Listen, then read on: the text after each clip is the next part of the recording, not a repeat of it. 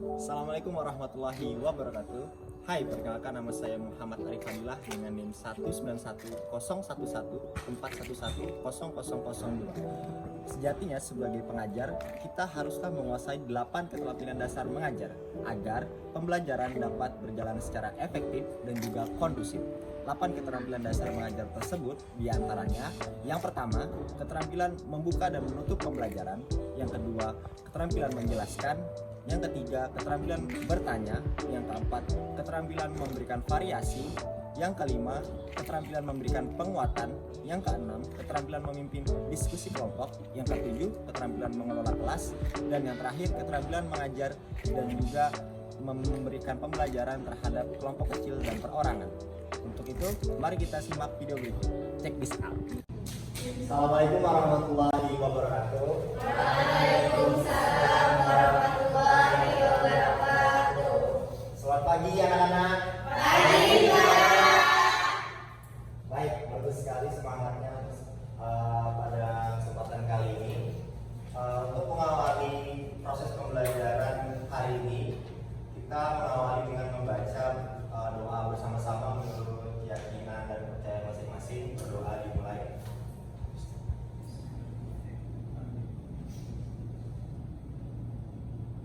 Doa selesai. Sebelum memulai pelajaran, Bapak ingin bagi teman-teman sekalian duduk yang rapi dan juga isi meja kursi yang kosong supaya pembelajaran dapat terlaksana dengan kondusif. Baik, materi pembelajaran kita pada hari ini yaitu terkait dengan perilaku menyimpang dan sikap antisosial. Nah, sebelum kita masuk ke materi kita pada hari ini, apakah dari anak-anak sekalian untuk merefresh kembali ingatan kita, ada yang ingat materi pembelajaran di minggu sebelumnya? Ayo Pak. Ya, Ika, silakan. Interaksi sosial. Ya, bagus. Saya sekarang mau nanya ke Eka. Jadi sebenarnya itu apa sih interaksi sosial? Interaksi sosial adalah hubungan timbal balik berupa aksi saling mempengaruhi antar individu dengan kelompok, dan antar kelompok. Dalam hubungan ini, individu atau kelompok dapat saling bekerja sama atau bahkan berkonflik secara formal maupun informal, langsung maupun tidak langsung sebagai bentuk interaksi. Baik, bagus sekali Eka. Tepuk tangan semuanya untuk Eka.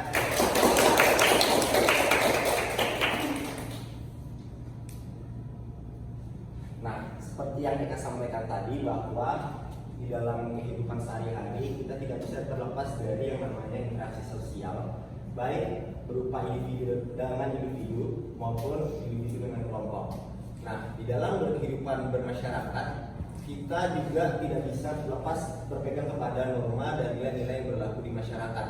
Nah, norma itu sendiri merupakan tolak ukur mengenai perilaku yang dianggap baik dan sesuai dengan kaidah-kaidah yang berlaku di masyarakat, serta norma juga memberikan petunjuk mengenai perilaku yang semestinya diikuti oleh warga masyarakat.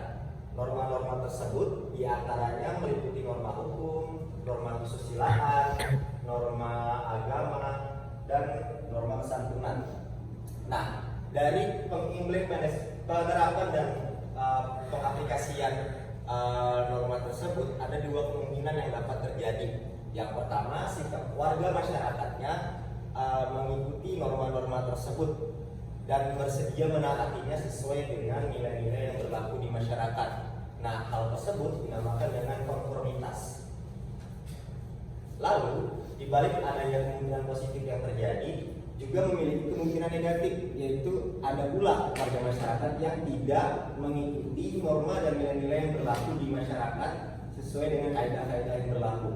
Nah, dari efek negatif ini timbullah yang dinamakan dengan penyimpangan sosial atau perilaku menyimpang. Dalam bahasa Inggris bisa disebut dengan deviance. Seperti contohnya seorang laki-laki yang kodratnya itu memakai pakaian seperti laki-laki dan memiliki sifat seperti laki-laki, cenderung melenceng dengan memakai pakaian serta berperangai seperti perempuan di tempat umum. Lalu contoh keduanya perilaku menyimpang itu ada seperti misal pergerakan-pergerakan remaja yang bersifat rebellion atau pemberontakan, yang meliputi gerakan-gerakan menyimpang dan lain sebagainya yang menjerumuskan mereka ke arah-arah negatif.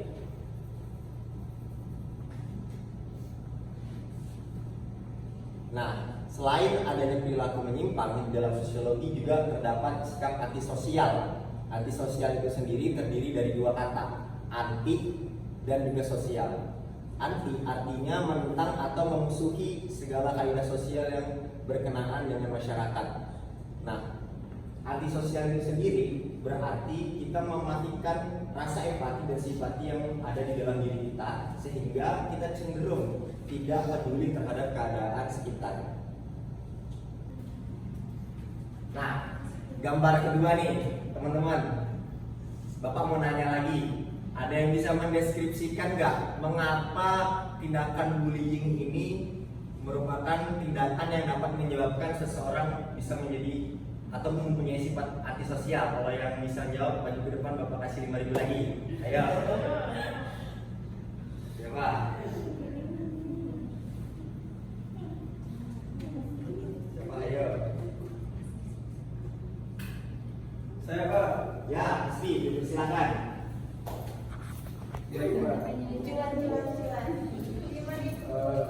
Baik Pak, terima kasih atas kesempatannya. Di sini saya Asti akan menjelaskan bagaimana terjadinya bullying karena sikap antisosial. Nah, jadi menurut saya Pak, kenapa sikap bully kepada orang tertentu dapat mengakibatkan sikap antisosial, karena dengan efek orang atau sekelompok orang yang memberikan bullying kepada seorang tertentu, maka di situ orang yang menjadi korban bully tersebut akan merasa seperti termarginalisasi gitu Pak, seperti tersingkirkan akan kehidupan sosial, yang mana proses tersebut membuat dia sangat kecewa, sangat kecil hati, sangat pesimis dan tidak percaya diri akan dirinya. Itulah yang kemudian bisa menimbulkan rasa antisosial dalam diri korban tersebut akibat proses bully yang terus-menerus dilaksanakan oleh sekelompok orang tertentu. Itu saja Pak, terima kasih. Baik, terima kasih. Tepuk tangan dulu buat Asti. Terima kasih tulangnya. Iya, terima kasih Pak. Ya, belajar lagi ya. Iya Pak. Betul, seperti yang dikatakan oleh Asti tadi, bahwa tindakan bullying merupakan tindakan yang dapat memicu seseorang memiliki sifat antisosial. Mengapa demikian? Karena anak-anak yang dibully ataupun dirundung itu cenderung termarginalisasi seperti yang dikatakan oleh Asti. Nah, sebelum kita masuk ke tugas kelompok, apakah ada yang anak-anak ingin tanyakan atau sampaikan? Cukup Pak. Oke, baik, terima kasih Aldi. Nah, untuk penutupan bahwa Bapak akan memberikan tugas kelompok kepada kalian. Tugasnya adalah carilah satu contoh dari bentuk proses sosial yang tadi telah Bapak sampaikan. Nah, kelompok sini adalah kelompok 1, itu mencari tentang satu contoh bentuk proses sosial yang bersifat asosiatif. Untuk kelompok 2 di sebelah sini, yaitu kelompok yang mencari satu contoh proses sosial yang bersifat disosiatif. Nah, Bapak beri waktu sekitar 5 menit gitu, dimulai dari sekarang. Good luck.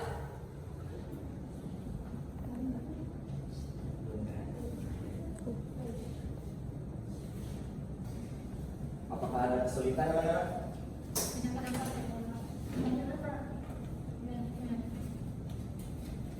Jadi paham ya apa yang dimaksud dengan proses asosiatif ya?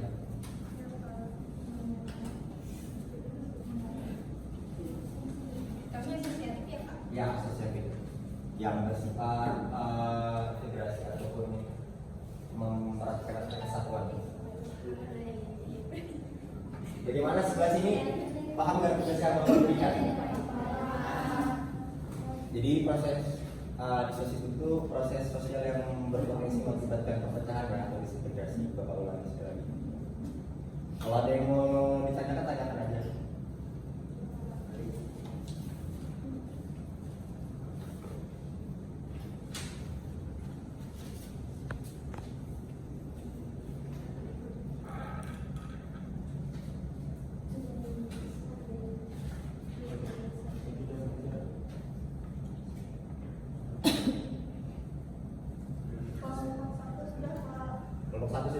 2 sudah kan? Sudah. Oke. Karena sudah selesai dan sudah mendapatkan jawabannya masing-masing.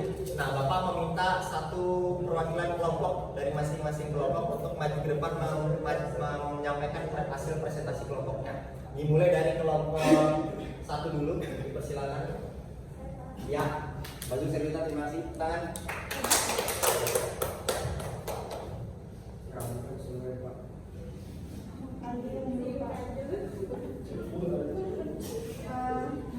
Contoh akulturasi budaya, contoh akulturasi yang mudah ditemui ialah dalam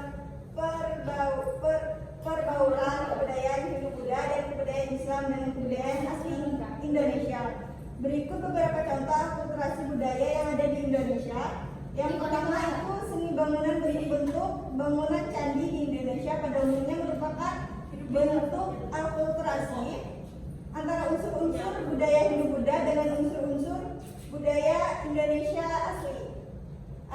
Bangunan yang megah, patung-patung perwujudan dewa atau Buddha, serta bagian-bagian candi dan stupa adalah unsur-unsur dari India. Bentuk candi-candi di Indonesia pada hakikatnya adalah pundan berundak yang merupakan unsur Indonesia asli. Candi Borobudur merupakan salah satu contoh dari bentuk akulturasi tersebut. Mungkin itu saja, Pak. Ya, tepuk tangan lagi buat Anita. Ini apresiasi dari Bapak. Belajar yang lanjut ya. Ya. Oke, untuk kelompok 1 selesai. Bagaimana untuk kelompok 2? Siapa yang mau mewakili maju ke depan? Saya, Pak. Oke, jadi silakan.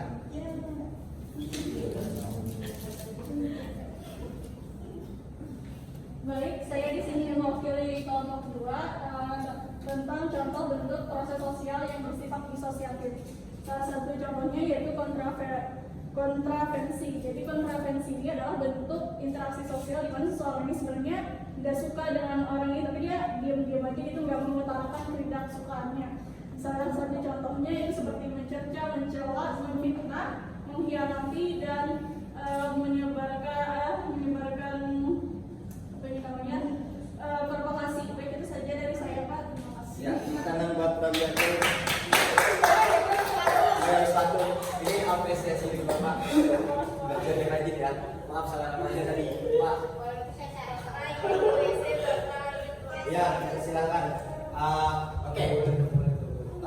Karena tugas kelompok sudah selesai, sekali lagi Bapak terima kasih sama sekalian untuk proses kolaborasi yang sangat bagus sekali. Tepuk tangan dulu untuk kita semua. Nah, selanjutnya Bapak ingin sedikit menyimpulkan terkait dengan pembelajaran hari ini. Interaksi sosial itu adalah hubungan antar individu ataupun kelompok yang saling bertimbal balik. Ada yang berpihak sebagai menyampaikan pesan, ada juga yang berpihak sebagai penerima pesan. Nah, bentuk dari interaksi sosial itu ada banyak. Nah, seperti yang Bapak sampaikan dan teman-teman kalian sampaikan tadi, bahwa ada proses sosial yang bersifat asosiatif, yang mana itu merupakan proses sosial yang berpotensi untuk menciptakan satu kesatuan, dan juga ada proses sosial yang bersifat disosiatif, yaitu proses sosial yang berpotensi untuk menimbulkan satu kekacauan atau disintegrasi. Nah, dari kesimpulan tersebut, Bapak ingin memberikan sedikit tugas kepada kalian terkait dengan materi berikutnya. Jadi kalian baca dan review ulang, lalu ketik di Word minimal 1 halaman dengan font Times New Roman ukuran 12 terkait dengan bacaan dengan tema norma dan sikap sosial. Baik, mungkin itu saja yang Bapak dapat sampaikan. Sekali lagi Bapak mengapresiasi bentuk pembelajaran hari ini karena sangat-sangat kolaboratif dan sangat-sangat baik. Kurang lebihnya Bapak mohon